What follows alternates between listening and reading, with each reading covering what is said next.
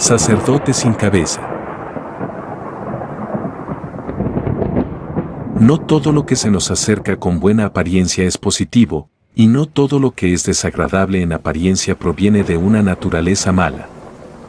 Esto que estoy por contar, me sucedió en mi querido Jalisco, en un momento de mi vida, en el cual sentía mi existencia pender de un hilo. Dicen que la fe mueve montañas, y eso es a lo que siempre me aferré. Mantenerse firme en la fe ciega e inamovible pareciera algunas veces una prueba de fuerza, pues resulta fácil confiar en Dios cuando los escenarios van bien. Sin embargo, ¿es realmente fácil confiar cuando todo se torna oscuro? Sin antes haber tenido el tempranas del problema, a finales del año pasado comencé a tener síntomas desagradables y demasiado marcados relacionados a problemas cerebrales. Pues, de ser una mujer de 52 años aparentemente saludable, casi de la nada comencé a presentar problemas de equilibrio y de memoria, sumado a insoportables migrañas, náuseas y derrames por la nariz. Y por supuesto, tomé acción apenas pude. Me hice cada estudio sugerido por los doctores y aquello que arrojaron los resultados vino a sacudir mi realidad en un sentido negativo. Luego de distintas visitas a los laboratorios, hallaron en mi cerebro la presencia de un tumor maligno.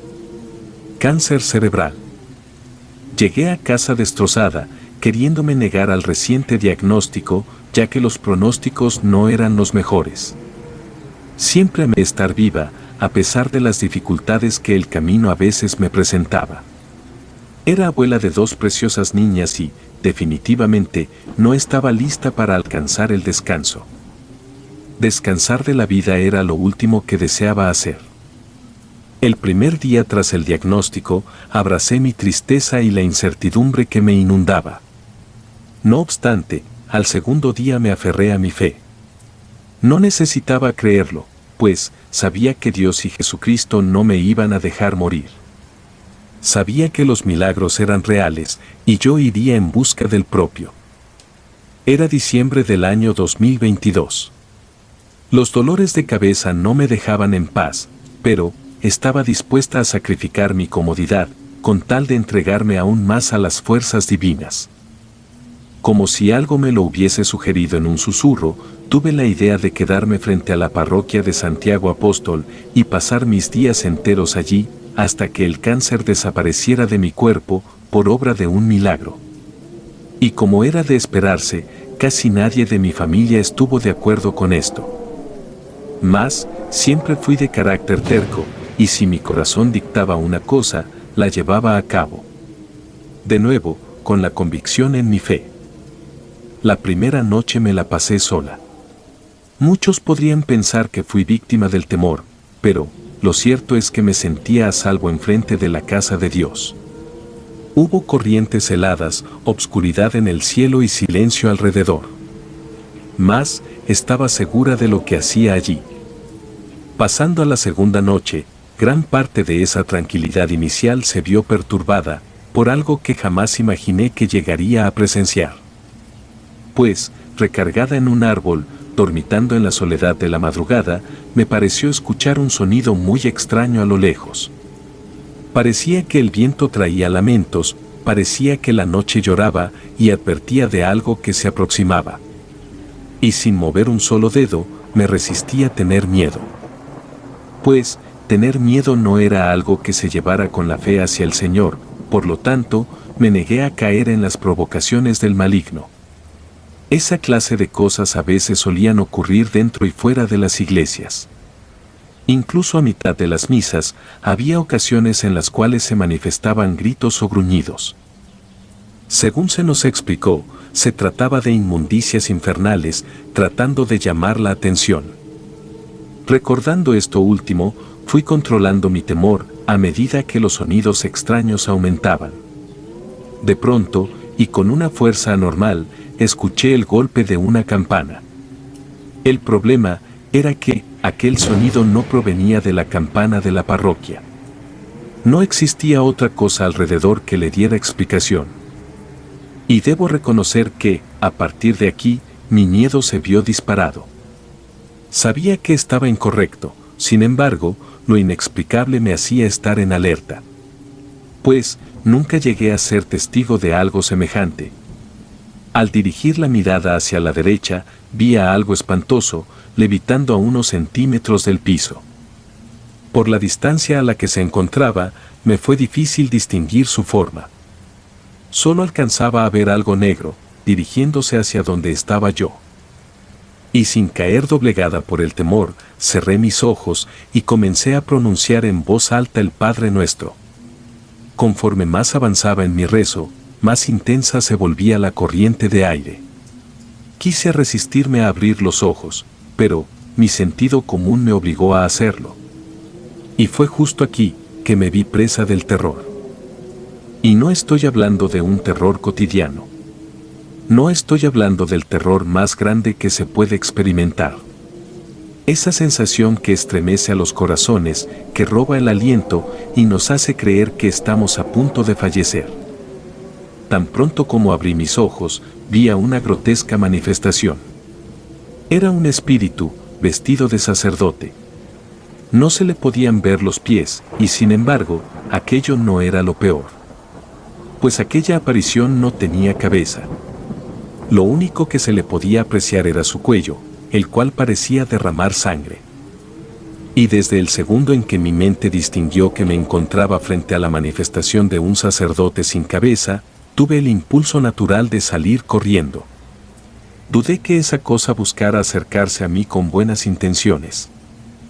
Y por su bizarra imagen, debía de ser una criatura proveniente del infierno, quizás una aparición que buscaba burlarse de Dios y su santidad. Fuese lo que fuese, buscaba algo de mí. Pero por mi parte, continué corriendo, mirando hacia atrás cada tanto. Aquel sacerdote sin cabeza continuaba tras mis pasos. Así que, con el corazón acelerado, preferí dirigirme de vuelta a mi casa. Y tan pronto como llegué, le puse llave a la puerta y subí a despertar a mi hija mayor para contarle lo que recién había visto. Ella me dijo que ya había escuchado una leyenda que hablaba sobre dicho ser, pero, como todo en los tiempos actuales, el último pensamiento señalaba a la historia de falsa. A la mañana siguiente, volví a las afueras de la iglesia y hablé con uno de los padres sobre lo que me sucedió. El padre me habló sobre la misma leyenda mencionada por mi hija. Yo misma no podía creer que no hubiese escuchado acerca de ello en todo el tiempo que ya llevaba viviendo allí. Según me explicó, en la historia de esa parroquia existió un sacerdote, el cual era bastante querido y respetado por los devotos. Sin embargo, y como era usual en la antigüedad, tanta buena fe del hombre terminó por ser señalada de forma negativa. Así que, quienes no le guardaban el mínimo aprecio, se encargaron de acusarlo por herejía, afirmando que éste sostenía pactos con el diablo. La noche en que las malas acusaciones, hechas por personas de la misma iglesia lo superaron, vencieron el mal y la violencia, por sobre todas las cosas. Por lo que, el sacerdote acusado fue colgado, y posteriormente decapitado. Desde entonces, la opinión de las personas se ha mantenido dividida entre aquellos que afirman que éste sí hacía pactos con el demonio y los que defienden que era una persona inocente. Al final, la verdad solo la conocían las paredes de la parroquia. Y en lo personal, me negaba a averiguar si se trataba de un ser de luz o uno demoníaco. Solo sabía que no quería ver de nuevo a ese espíritu en mi camino. Por otra parte, aún quería pasar mis días y mis noches cerca de esa casa de Dios, y no iba a permitir que una aparición me hiciera dar un solo paso atrás. A una semana de haber estado frente al sacerdote sin cabeza, el diagnóstico apuntó a que el tumor había crecido. En vez de mejorar, o tan solo quedarse igual, comenzaba a empeorar. ¿Acaso aquel fantasma decapitado influyó en mi mala evolución? Me pregunté. Y de nueva cuenta, prefería aferrarme a mi fe antes de que dejarme invadir por tratamientos. Sabía que la fe me sanaría, pero tenía que ser firme, sin dudar, sin temer y sin correr. A pesar de la desaprobación de mi familia, me seguí quedando afuera de la parroquia, con el deseo de curarme y no tener que volver a ver otro espíritu a los alrededores. El mes ya se estaba acercando a su final. Para entonces me sentía cada día más débil, nauseabunda y harta por las migrañas. Las noches, de igual manera, se seguían haciendo más y más frías, al punto de hacer arder la piel y entumecer los dedos. Faltando poco para Navidad, enfrenté otra noche solitaria afuera de la parroquia. Tanto por el sueño como por mi debilidad, me quedé dormida cerca de las 2 de la madrugada. Aquella noche, tuve un sueño escalofriante. En este, se me fue recreada la escena de las torturas y la ejecución al sacerdote. Fue como si hubiese podido estar allí, siendo testigo de su dolor. Lo oí suplicar por piedad y rezar en voz baja. En mi sueño no podía estar segura de nada. Pero, por la manera en que se le veía al pobre hombre, con el rostro repleto de lágrimas, pensé que él no había hecho nada malo. Interrumpiendo el sueño de forma repentina, sentí como el golpe de una fuerte corriente de aire hacia mi dirección. Abrí mis ojos, y allí estaba él. El sacerdote sin cabeza, levitando a pocos metros de mí. Esta ocasión, en lugar de salir corriendo, me puse de rodillas y volví a cerrar los ojos. Junté mis manos, y me puse a rezar en voz alta. De pronto, sentí a éste, apoyando sus manos sobre mi cabeza. Lo que sucedió después, fue algo que me cuesta poner en palabras. Nunca llegué a sentir algo como eso, y uno podría imaginar que, por el hecho de estar ante un espíritu sin cabeza, la experiencia resultó negativa, pero no fue así. Pues, a la hora de tener sus manos apoyadas en mi cabeza, sentí una paz inmensa, y poco a poco, el dolor de mi cabeza se fue desvaneciendo, hasta el punto en que incluso la sentí mucho más ligera. Al abrir de nuevo mis ojos, este ya había desaparecido. Al día siguiente, fui a los laboratorios para que me volvieran a hacer los estudios. Y como obra de un milagro, descubrimos que el tumor ya no estaba. Justo como le rogué a Dios, el cáncer había abandonado mi cuerpo. La fe movía montañas, y de eso ya no me quedaba dudas. Desde entonces, cada vez en que escucho hablar sobre apariciones o espíritus, suelo poner en tela de juicio si es que estas en verdad son buenas o malas. Imágenes. Mi nombre es María, y cuando estudiaba en la secundaria, tuve una tarea que básicamente consistía en entrevistar a un adulto mayor para conocer acerca de ellos. Honestamente, no recuerdo exactamente cuál era el motivo o propósito de aquella tarea, pero sí recuerdo 2 cosas. La primera, que de inmediato pensé en la persona más genial que yo conocía, la cual también era mi abuela. La segunda cosa, el profesor Marcos Corona, no me aceptó el trabajo, solo me dio la oportunidad de hacerlo de nuevo. Me dijo que debía entrevistar a un adulto mayor que estuviera cuerdo. Para comenzar, debo aclarar que mi abuela está perfectamente bien de sus facultades mentales. No solo eso, sino que, a sus casi 95 años, mi abuela parece tener mejor salud que muchos adultos jóvenes hoy en día. Le pregunté si estaba de acuerdo con que intentara contarlo por aquí, y ella aceptó, pero no quiere que sepan el nombre del lugar donde ocurre la siguiente historia, así como su nombre y el nombre de las involucradas. Esto por motivos que contaré más adelante. Como contexto, supongo que también debo decir que mi abuela proviene de una familia que en su tiempo era muy acomodada. Por aquel entonces, mi abuela estaba pasando por una faceta rebelde, o al menos eso era lo que sus padres decían. Sin embargo, mi abuela siempre afirmó, y yo estoy totalmente de acuerdo, que estaba actuando como cualquier adolescente normal. Cuestionaba algunas cosas, y quería salir a conocer el mundo por su cuenta, nada que un adolescente común y corriente no quisiera hacer. Pero sus padres insistieron en que necesitaba disciplina, así que decidieron que debía ir a un internado católico. Pero como no puedo decir cómo se llamaba exactamente, solo le diré el internado. y a mi abuela le diré Ana. Al llegar a aquel internado, rápidamente se dio cuenta de que era un lugar riguroso y austero, donde las reglas eran estrictas y la disciplina se aplicaba con firmeza. Aunque mi abuela Ana no permitió que esto la intimidara. Desde el primer día, dejó en claro que no sería una alumna sumisa y que no se sometería fácilmente a las normas impuestas. No me dijo exactamente qué hizo, pero sí que su primera noche la pasó en la habitación de castigo, así que no conoció a nadie hasta la mañana siguiente. Una de las cosas diarias que mi abuela Ana odiaba especialmente era la asistencia obligatoria a la capilla del internado para la misa.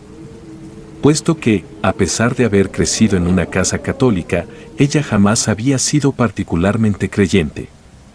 Pero como no tenía otra opción, se vio obligada a cumplir con esta regla, a pesar de sus temores. Puesto que, a pesar de no creer mucho en esas cosas, a mi abuela le daba, o más bien, hasta la fecha le da mucho miedo todo el arte sacro. Aquella primera mañana en la capilla, mi abuela Ana notó de inmediato la opresiva atmósfera del lugar. La capilla estaba adornada con una multitud de figuras de santos y varios cristos de yeso.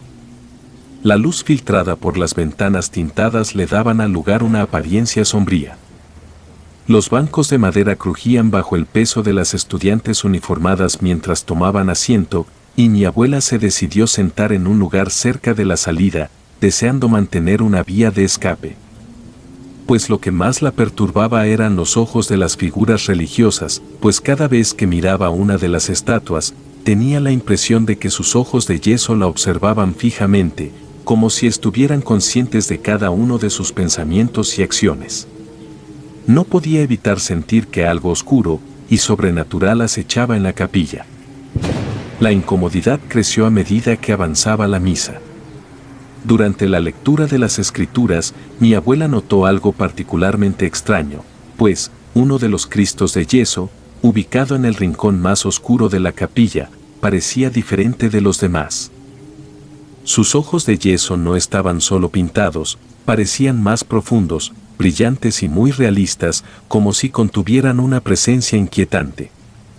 La figura parecía mirarla con una intensidad que la llenaba de angustia. Mi abuela Ana luchó por mantener la concentración mientras los minutos pasaban lentamente. Cada vez que cerraba los ojos, sentía que los ojos del Cristo en el rincón más oscuro la observaban en la oscuridad. Aquella sensación perturbadora se quedó grabada en su memoria durante décadas. Mientras mi abuela intentaba ignorar las inquietantes figuras en la capilla, una chica que estaba a su lado le dio un ligero codazo para llamar su atención y también le susurró con una voz un tanto seria, pero al mismo tiempo con un toque de sarcasmo: «Dan miedo, ¿verdad?». Mi abuela la miró y asintió levemente, sintiéndose un poco acompañada en aquella inquietante situación. La joven desconocida sonrió con ligereza, como si compartieran un oscuro secreto. Al salir de la misa, la chica se presentó: «La llamaré Isabel por petición de mi abuela». Ella le ofreció a mi abuela Ana la posibilidad de unirse a su grupo en el desayuno. Por lo que mi abuela, agradecida por la compañía, aceptó la invitación y se sentó con ellas en la amplia cafetería del internado. Al principio, las chicas hicieron las preguntas habituales, como de dónde venía o por qué sus padres habían decidido mandarla allí.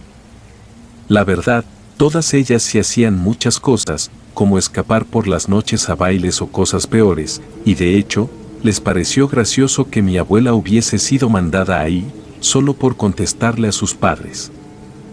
Pero en fin, en algún momento de la conversación, la atmósfera se volvió más sombría cuando todos vieron cómo los frailes estaban moviendo un Cristo a otra capilla. Por lo que, a mi abuela Ana se le hizo muy extraño que justo en el momento en el que pasaron cerca de la cafetería, todas las chicas guardaron silencio hasta que los frailes se alejaron. Fue entonces cuando Isabel y sus amigas compartieron una serie de historias perturbadoras sobre el internado. Le dijeron a mi abuela Ana que en ese lugar ocurrían cosas muy extrañas, cosas que no tenían explicación lógica. Y en particular, Le advirtieron que bajo ninguna circunstancia se acercara a la capilla número 3 durante la noche. Pues, según las historias que circulaban en el internado, las figuras religiosas cobraban vida después del anochecer y deambulaban por los pasillos del internado. Pero lo que era aún más aterrador, según Isabel y sus amigas, era que, si alguien osaba entrar en la capilla número 3 durante la noche, las figuras podían hacerles daño, pues solo las figuras que estaban ahí eran las que se movían. Isabel continuó su relato con un tono grave. Mencionó que se decía que varios años atrás, una de las alumnas había desafiado la advertencia y había entrado en la capilla número 3 durante la noche. La joven nunca volvió a ser la misma después de esa experiencia, y no hablaba con nadie y se la pasaba sentada sin expresión clase tras clase. Y después de algunos meses, se había ahorcado en su propia habitación.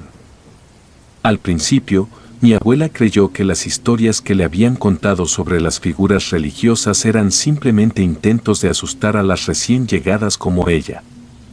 Sin embargo, durante su segunda noche en el internado, cuando por fin pasó al cuarto con las demás chicas, algo sucedió que la hizo cuestionar sus dudas. Pues aquella noche era silenciosa, y mi abuela Ana se encontraba durmiendo en esa habitación cuando fue despertada por unos susurros indescifrables que resonaban por las instalaciones del internado. Se sentó en la cama, pensando que podría tratarse de alguna inspección sorpresa o algo por el estilo. Aunque después de unos minutos se dio cuenta de que no había nadie cerca, miró por la ventana, pero no había nadie a la vista. Recordó una de las reglas más estrictas del lugar: nadie podía salir de las habitaciones después de las 8 de la noche. Con un escalofrío recorriendo su espalda, decidió volver a la cama. Al día siguiente, mi abuela compartió su experiencia con Isabel, con la que estaba comenzando a forjar una fuerte amistad. Y ella le explicó que los susurros y las apariciones de sombras eran comunes durante las noches en el internado. Le dijo que a esa hora era cuando las figuras religiosas parecían vagar por los pasillos, aunque rara vez entraban en la parte de los dormitorios del internado. Aunque un día sí habían escuchado que pasaban por ahí. Los siguientes días transcurrieron de manera similar. Mi abuela Ana nunca había visto directamente a las figuras, pero era algo que todos en el internado sabían. Pues, todas las estudiantes los habían escuchado o, al menos, habían visto las siluetas en la noche. Incluso había escuchado hablar a los maestros sobre aquellos susurros, algunas veces acompañados de pasos, pero todos actuaban como si fuera lo más normal del mundo, lo que la dejaba aún más perpleja. Una noche, mientras caminaba con su amiga Isabel después de la cena, ésta le propuso algo inesperado. Una de sus otras amigas había conseguido que alguien de afuera les trajera un poco de alcohol y cigarrillos, y le invitó a unirse a ellas. Mi abuela Ana al principio dudó en acompañarlas, pues como dije antes, los castigos eran muy fuertes. Pues, en aquella época era demasiado común recurrir al castigo físico en las escuelas, y mucho más en lugares como esos internados. Sin embargo, Isabel le dijo que ya lo habían hecho varias veces, pero no la había invitado hasta estar segura de que no diría nada, así que, halagada, aceptó. A medianoche, mi abuela se aventuró junto con otras 4 chicas a los límites del internado, donde alguien les entregó un bolso con las cosas que habían conseguido. Se dirigieron a un lugar apartado para fumar y beber, divirtiéndose y compartiendo sus deseos de escapar de aquel lugar opresivo. Prometieron que si alguna de ellas descubría cómo salir, se lo contarían a las demás para poder huir juntas.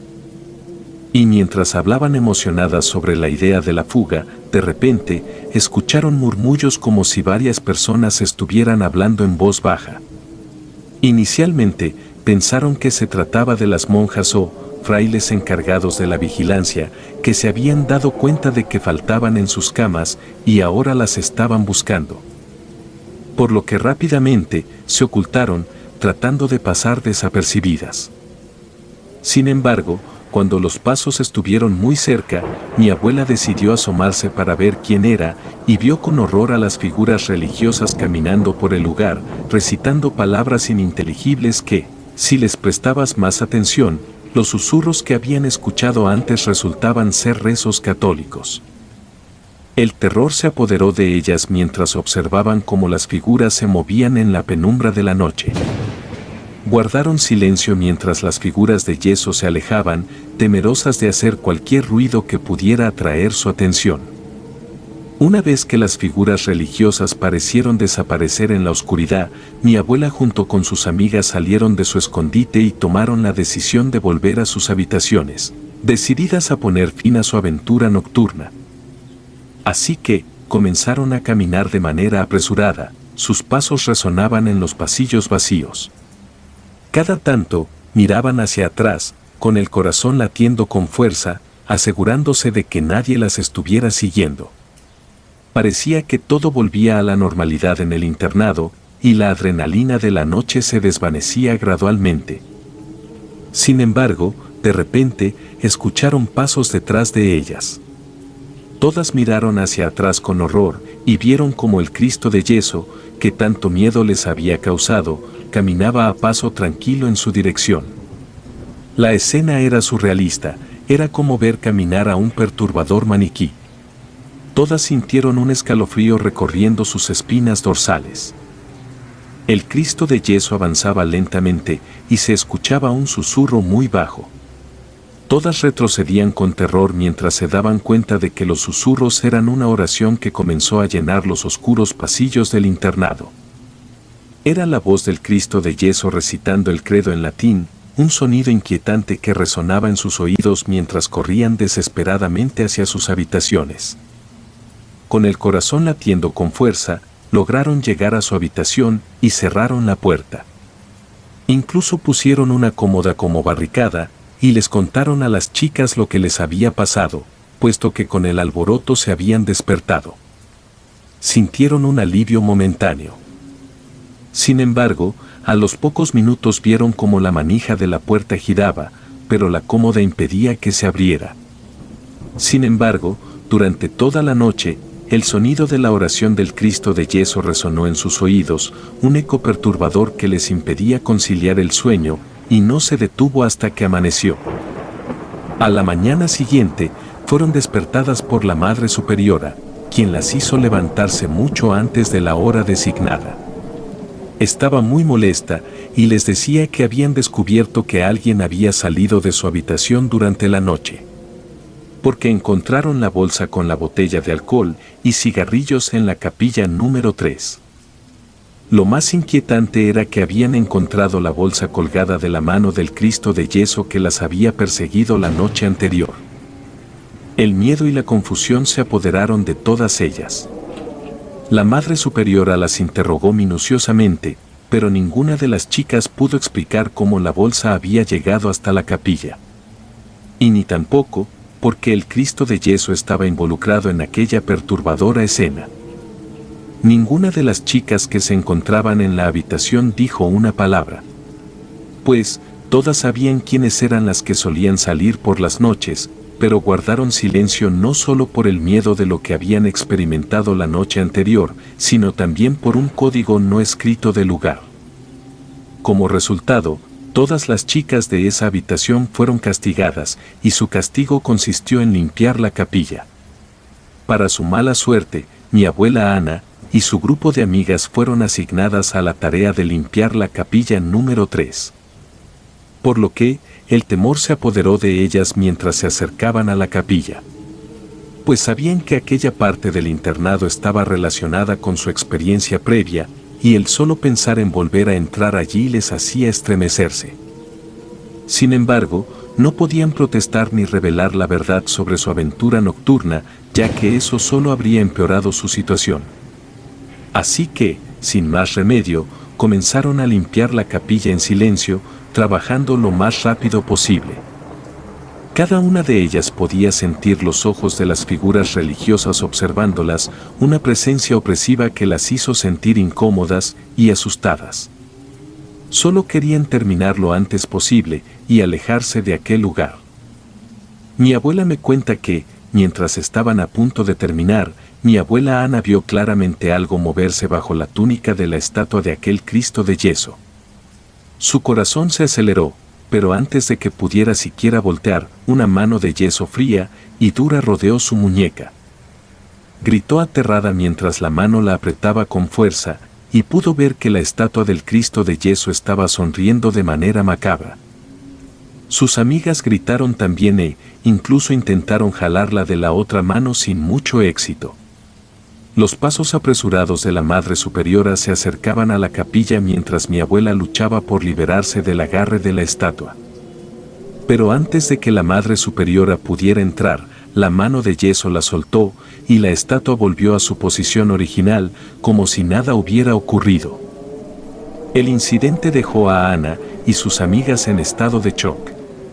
Temían lo que podría haber sucedido si la Madre Superiora no las hubiera encontrado en esa situación. Y a pesar de que mi abuela Ana y sus amigas compartieron su experiencia con la Madre Superiora, esta última no les creyó. Ni siquiera le importó que mi abuela tuviese la muñeca roja por el agarre de aquel Cristo aterrador. A partir de aquel día, tanto mi abuela como sus amigas vivieron con un constante temor. Evitaban salir de sus habitaciones cuando caía la noche e ignoraban a toda costa las sombras que se extendían por los pasillos del internado. A pesar de su juventud, habían experimentado algo que iba más allá de la explicación racional, y eso cambió su percepción del mundo para siempre. Los días se volvieron monótonos y opresivos. Las risas y los juegos de antes se reemplazaron por el silencio y la ansiedad. Mi abuela me describió cómo tanto ella como sus amigas se sentían atrapadas en aquel internado. Los susurros incomprensibles resonaban en sus oídos durante la noche, y las figuras de yeso en la capilla número 3 continuaban observándolas con ojos inquietantes. Un día, una de las amigas de mi abuela logró convencer a aquella persona que les conseguía licor y cigarros de ayudarlas a escapar de aquel internado. Era un plan meticulosamente elaborado que requería paciencia y demasiada suerte para funcionar, pero todas estaban dispuestas a irse de ahí. Esperaron el momento adecuado, cuando la vigilancia era menos estricta, y finalmente se atrevieron a dar el paso hacia la libertad. Fue una noche oscura y silenciosa cuando mi abuela y sus 4 amigas escaparon de ahí. Mi abuela me dijo que esa noche, fuera de la adrenalina de estar escapando del lugar, no vieron nada paranormal, y por suerte de todas, lograron escapar de aquel macabro lugar. También me dijo que después de esa noche, las 5 supieron que no podían volver a sus casas sin que fueran devueltas al internado para señoritas, por lo que seguramente tengo familia en otra ciudad que no conozco y seguramente nunca conoceré, pero esa es otra historia. Y así, la historia de la capilla número 3 y las figuras de yeso quedó atrás en el pasado de mi abuela Ana, una experiencia que marcó un capítulo en la vida de mi abuela y de sus amigas. Actualmente, mi abuela afirma que no sabe qué pudieron ser esas criaturas, dice que nunca investigó más, puesto que ella consideró que era algo que debía dejar en el pasado. Sin embargo, jamás pudo superarlo del todo. Internos. Hace 4 décadas, trabajé en una clínica psiquiátrica de la Iglesia Católica. 4 pacientes, Quirino, Fabiola, Zenaida y Don Octavio, ingresaron sin diagnóstico claro. Trabajando de noche, asumí la gestión de sus casos. Quirino, con depresión, resistía la interacción. Zenaida, diagnosticada con esquizofrenia, mostraba un comportamiento contradictorio. Por lo que mi enfoque en sus actividades y mi experiencia con ellos revelaron aspectos desconcertantes de sus condiciones. Después, me dirigía a la pequeña Fabiola, quien había experimentado un evento traumático que la dejó propensa a fuertes ataques de ansiedad. Su miedo a dormir debido a pesadillas constantes la mantenía medicada, aunque la dosis era limitada por su corta edad. Su constante temblor, mareos y sudoración requerían una atención constante. Curiosamente, su expediente no detallaba el evento traumático, limitándose a una nota que indicaba evitar las sesiones bíblicas por considerarse un desencadenante. Estos eran solo algunos fragmentos de las complejas situaciones que enfrentaba en aquel turno nocturno. La clínica, dirigida por el clero, implementaba una terapia especial basada en lecturas bíblicas para calmar a los internos. Curiosamente, la niña Fabiola era la única que no podía participar en esa terapia, lo cual me pareció sumamente extraño desde el principio. El último paciente en mi lista era don Octavio, quien padecía lo que hoy conocemos como trastorno de identidad disociativa, aunque en aquellos años lo llamábamos trastorno de personalidad múltiple.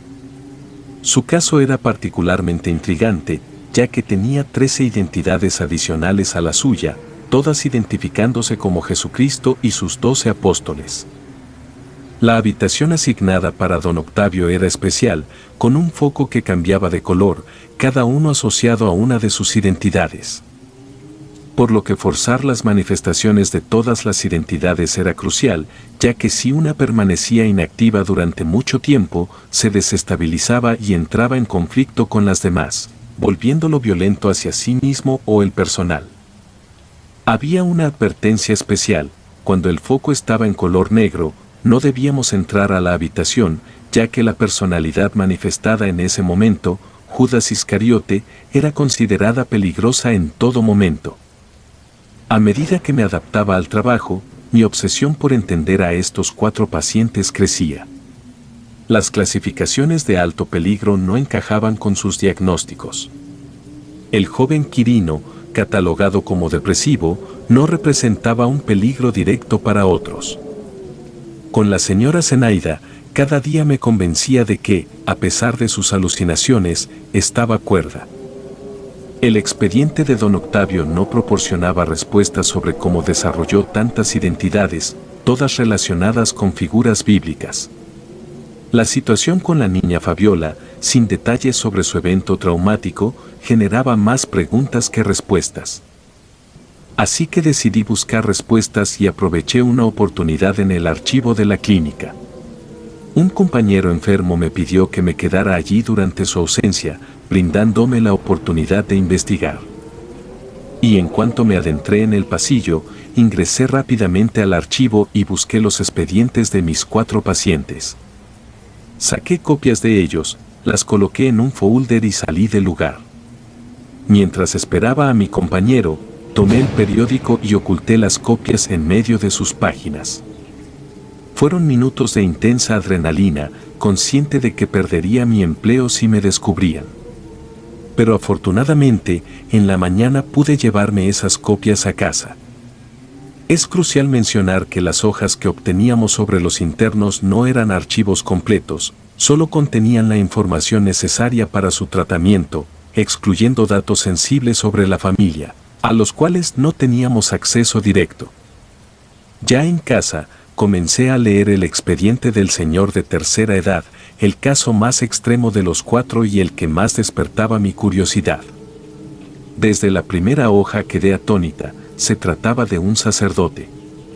Su historial revelaba cambios drásticos, siendo trasladado de una parroquia a otra en diferentes ciudades cada pocos años. En menos de 25 años, había estado en 4 iglesias distintas, desde Tepic hasta Hermosillo. Pero lo más sorprendente eran los motivos detrás de sus traslados. En Tepic, tuvo 5 hijos con 5 mujeres diferentes, todas jóvenes. En Cancún, otro hijo; en Reynosa, 2; en Mérida, 1; en Pachuca, 2; en Culiacán, otro; y en Hermosillo, un último. En total, 13 hijos varones de 13 mujeres distintas, todas demasiado jóvenes. Pero lo terrible no terminaba ahí. El sacerdote había convencido a todas las jóvenes de matar a los bebés durante el equinoccio que da paso al otoño. Una abominación completa. Y aunque no se afirmaba explícitamente, se daba a entender que la iglesia estaba al tanto desde el principio, trasladándolo de parroquia en parroquia.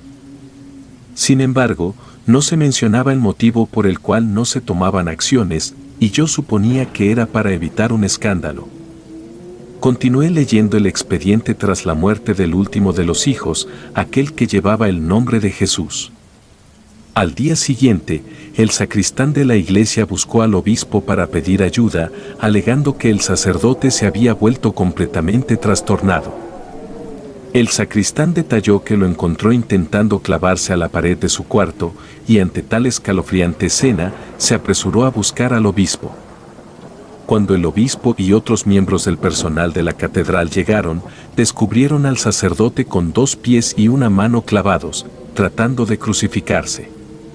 Y al cuestionarlo sobre el motivo, respondió: «Yo soy Jesucristo, se supone que debo morir en la cruz». Dado su estatus clerical, no fue llevado directamente a la clínica, sino a un lugar no especificado en el expediente, donde lo mantuvieron aislado bajo observación por meses. Durante este periodo, observaron cómo el sacerdote cambiaba de nombre cada cierto tiempo, llegando a ser un total de 14, incluyendo el suyo propio. Basándose en su historial, concluyeron que estaba poseído por 3 entidades demoníacas, las cuales habían asimilado los nombres de sus 13 hijos, cuyas muertes él mismo había orquestado. Sin embargo, debido a que había elegido los nombres de Jesús y sus apóstoles, los demonios se identificaban indirectamente con ellos. 12 de las entidades demoníacas representaban un peligro para el sacerdote, ya que intentaban arrebatarle la vida imitando las formas en que murieron Pedro, Jesús, Andrés y Felipe. Cada entidad tenía su propia intención, desde crucifixiones hasta decapitaciones o arrancarse la piel.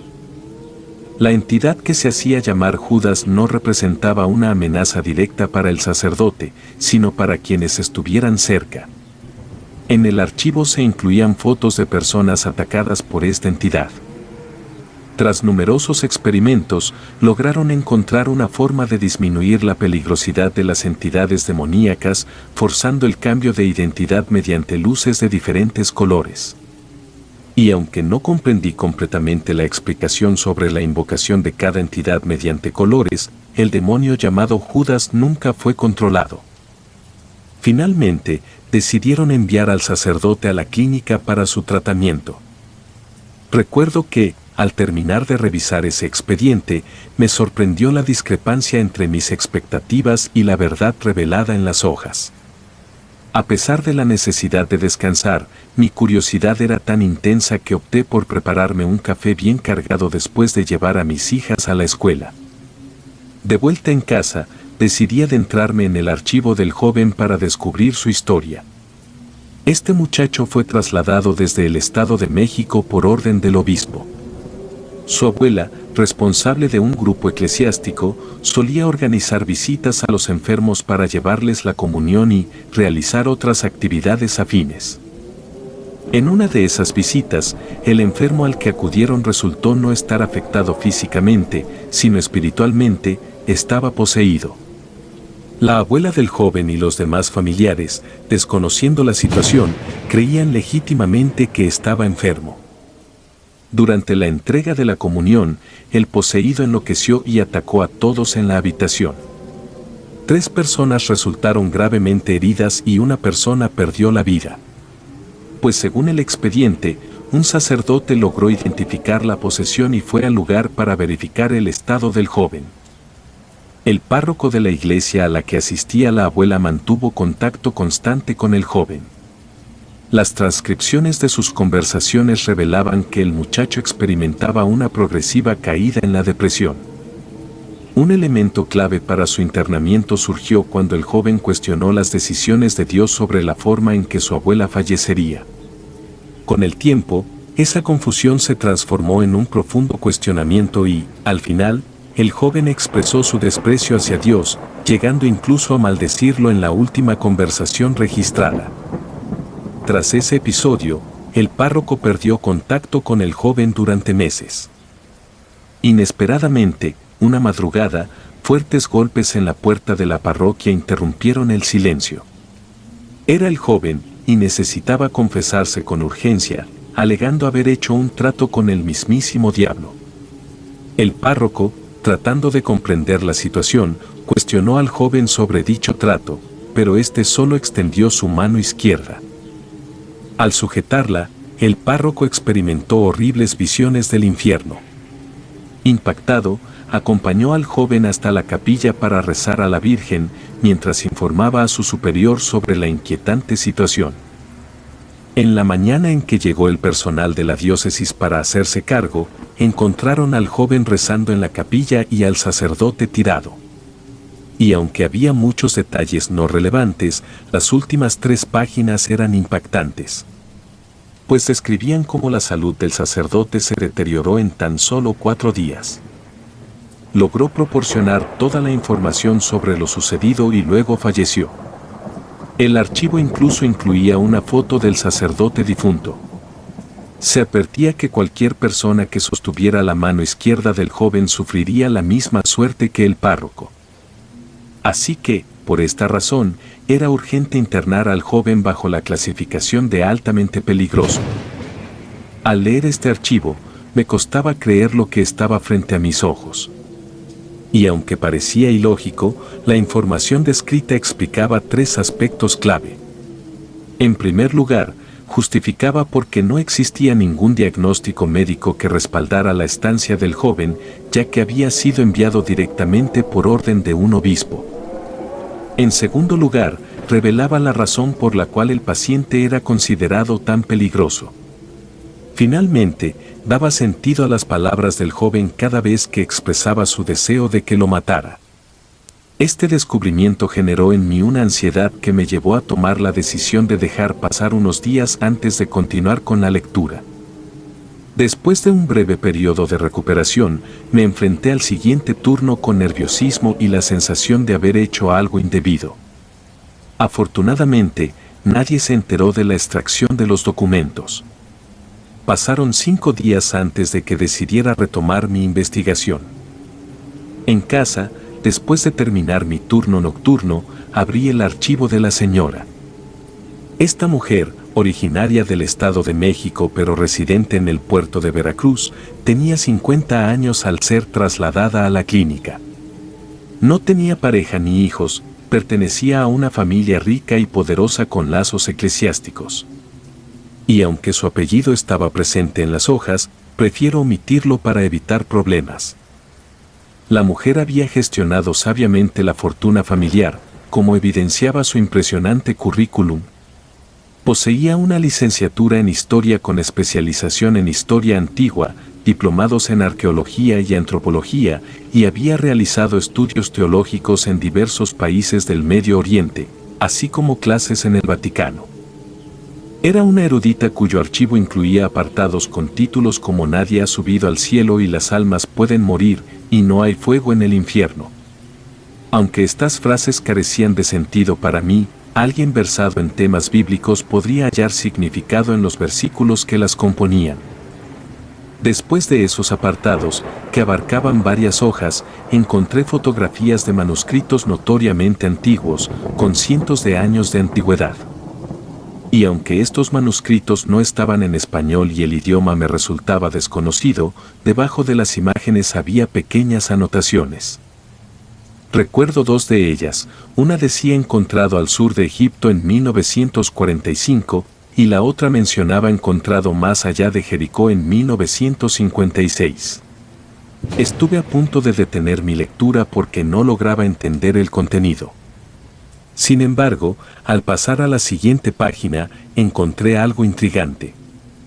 En el archivo de la mujer, después de varias hojas con fotografías de manuscritos antiguos, había pequeñas anotaciones debajo. Y aunque no entendía el idioma, las anotaciones mencionaban lugares y fechas de descubrimientos, como encontrado al sur de Egipto en 1945 y encontrado más allá de Jericó en 1956. Casi desistí de la lectura, pero una revelación en la siguiente página captó mi atención. Mientras en el archivo del joven la causa de su traslado a la clínica se describía como un pacto con él, el motivo del internamiento de la mujer se atribuía al castigo de Dios. A lo largo de varias páginas, se desarrollaba el concepto del castigo divino, explicando que el libre albedrío nació en el Edén con el árbol del que Adán y Eva no podían comer. Se afirmaba que el libre albedrío no era un regalo de Dios, sino más bien una facultad desencadenante. El castigo real, según las hojas redundantes, consistía en ser alejados de Dios y de su protección divina. El relato continuaba con una explicación sobre el diluvio y cómo la familia y descendencia de Adán y Eva quedaron condenadas a sufrir el mismo castigo. Después de 8 páginas de repeticiones, se presentó una foto donde la mujer internada en la clínica afirmaba que, según los testimonios de su familia, se obsesionó con encontrar referencias a documentos no canónicos dentro de la Biblia. La familia relataba que la mujer perdió la cordura, llegando a su punto más extremo al encerrarse durante 3 días y 3 noches con traducciones de textos no canónicos y una Biblia. Así que preocupada por su estado, la familia, mediante su relación con la iglesia, logró que el arzobispo visitara su hogar.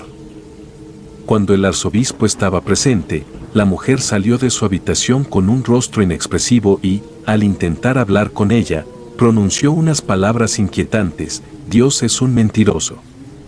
Las hojas detallaban que en el mismo momento en que la mujer expresó esas palabras, un trueno impactó sobre la casa, causando graves daños en la estructura. Había evidencias fotográficas y una carta de la aseguradora que corroboraban los daños y explicaban que no podían cubrirlos debido a la improbable ocurrencia de un rayo, según el informe meteorológico. Al día siguiente, el padre de la mujer falleció en un accidente automovilístico. Tras el funeral, un asaltante mató a la madre, el hermano menor se ahorcó debido a la pérdida de ambos padres, y esa misma semana el abuelo murió al quedarse dormido en la bañera. El hermano mayor fue víctima de un disparo, la esposa del hermano no resistió la pérdida y se causó una sobredosis. Finalmente, cuando la mujer quedó sola en casa, 2 amigas murieron en un incendio. El arzobispo la visitó en el hospital, encontrándola delirando sobre sombras acechantes desde las esquinas. Y en consecuencia, la envió a la clínica. El archivo revelaba que cuando la mujer pronunció blasfemias, fue condenada bajo el castigo de Dios. La muerte de personas cercanas, con quienes mantenía vínculos emocionales significativos, la dejó sola. Las sombras que mencionaba resultaban ser demonios que la acosaban, ya que Dios no la protegía. La alta peligrosidad se fundamentaba en la muerte de alguien del personal que había entablado amistad con ella. Murió al resbalar y caer mientras limpiaba su casa. Cuando la leí, un olor a quemado llegó a mi cuarto, proveniente de una vela encendida que había rodado al caer una libreta sobre ella. Esta vela siempre la mantenía encendida en memoria del padre de mis hijas, mi primer novio, quien falleció antes de que ingresara a la universidad. Con un café en mano, me dirigí al sillón para leer el último archivo pendiente, el de la niña pequeña originaria de Puebla. La madre trabajaba en la arquidiócesis y la niña la acompañaba durante sus labores. En una ocasión, mientras la madre hacía unas compras, la niña se quedó jugando en el recinto. A su regreso, la madre no encontró a su hija, pero dado que la niña solía jugar sin causar destrozos, no había motivo de preocupación. Cuando la madre concluyó sus actividades diarias, buscó a su hija y la encontró en un salón al fondo del recinto. Sin entrar en detalles, era evidente que alguien había atacado a la niña. Y antes de que la madre pudiera intervenir, la niña la atacó violentamente, mordiendo repetidamente su cuello hasta causarle la muerte. Una monja, al descubrir a la niña y a la madre fallecida en la noche, escapó para buscar ayuda. Similar al caso del sacerdote y sus hijos, la iglesia asumió la responsabilidad de ocultar todo. Y justificaron la situación al argumentar que al ocurrir dentro de un edificio religioso, y siendo la difunta trabajadora del recinto, les correspondía encargarse. Durante el interrogatorio, la niña identificó a 2 sacerdotes como los agresores, quienes inicialmente fueron trasladados a otras ciudades. Al preguntarle sobre lo sucedido con su madre, la niña, en un momento, mostró ojos amarillos y cambió su tono de voz, llamando a su madre de manera inadecuada y culpándola por su propio destino trágico. Y con el tiempo, se descubrió que la niña estaba embarazada, pero las imágenes en el archivo revelaban algo más parecido a un insecto que a un bebé. A medida que la criatura crecía, su naturaleza antinatural y oscura se volvía evidente. Por lo que, la Iglesia concluyó que la entidad era producto de un acto impuro y cruel, tomando la decisión de poner fin a la criatura para evitar el riesgo de la muerte de la niña. La última hoja del archivo mostraba una imagen de la criatura con la inscripción 28 meses de gestación. Al concluir la lectura, mi perspectiva sobre la clínica y mi forma de tratar a los internos cambiaron por completo. Me volví más compasiva con la niña y más distante con el señor de la tercera edad. En una mañana, mientras mis hijas estaban en la escuela, tuve un sueño en el que podía percibir humo. Por lo que desperté abruptamente tras un sueño intenso que involucraba el olor a humo, una sensación tan real que mi primer impulso fue verificar si algo ardía. Y aunque todo parecía estar en orden, mis ojos estaban irritados. Durante esa semana, los 4 pacientes de alta peligrosidad mostraron comportamientos extraños. Y durante uno de mis turnos, el joven me hizo una pregunta inusual, cuestionando si podía oír algo. Así que opté por ignorar su comentario, consciente de la necesidad de evitar alimentar percepciones alteradas. En otro turno, tuve que llevar a la señora a la enfermería debido a quemaduras leves en uno de sus brazos. Y al cuestionar cómo se las había hecho, mencionó que las sombras en las esquinas ahora eran llamas de fuego. La niña también estaba más inquieta de lo habitual, resistiéndose a tomar su medicamento y expresando un presentimiento negativo sobre el futuro. Durante la madrugada de un viernes, al revisar al señor de la tercera edad, noté una entidad manifestada que se identificó como Jesús. Después de cumplir con mis responsabilidades, la entidad profetizó sobre el descanso del 7º día y la purificación del lugar por el Espíritu Santo al día siguiente. Mi horario, que solía cambiar semanalmente, inusualmente me concedió un sábado libre para pasar tiempo con mis hijas. Mientras preparaba un pastel en la cocina, percibí un olor a quemado proveniente de mi cuarto. Y al investigar, encontré la pequeña libreta que había descartado en la basura, ahora colocada junto a la vela que mantenía encendida. Este descubrimiento parecía inexplicable, ya que había descartado la libreta la noche anterior. Por lo que la situación tomó un giro más inquietante cuando, alrededor de la medianoche, alguien golpeó desesperadamente la puerta de mi casa. Al abrir, me sorprendió ver a la vecina visiblemente alterada.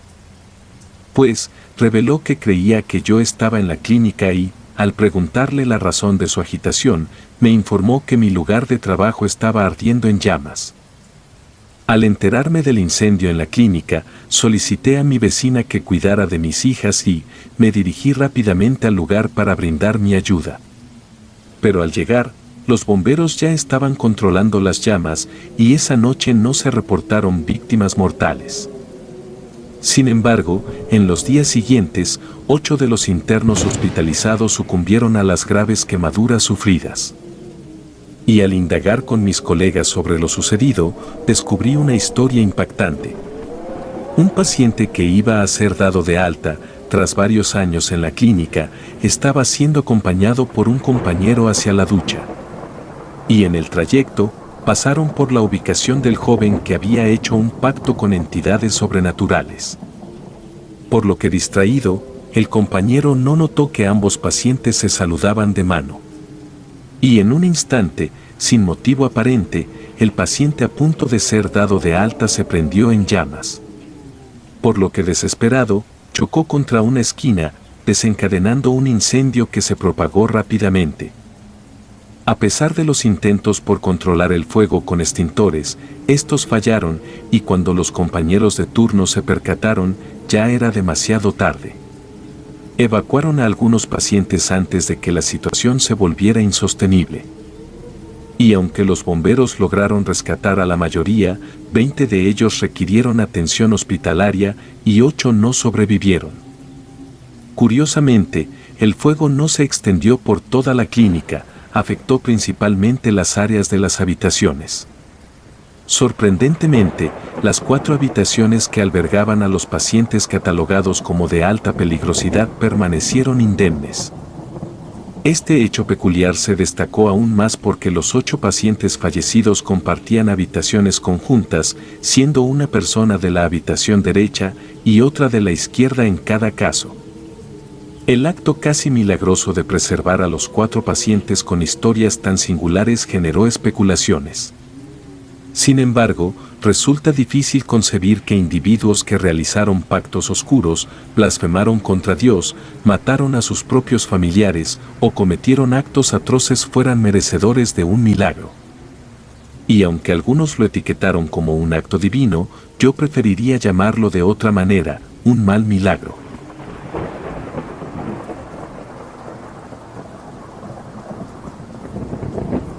Si te gustan los relatos, apóyanos con un like o un comentario, ya que eso nos ayudaría bastante. Y si aún no estás suscrito y suscrita, te invito a que lo hagas para que no te pierdas lo mejor de relatos de terror. Sin más, gracias por escucharnos. Relatos escritos y adaptados por Dea Martín y Enenra.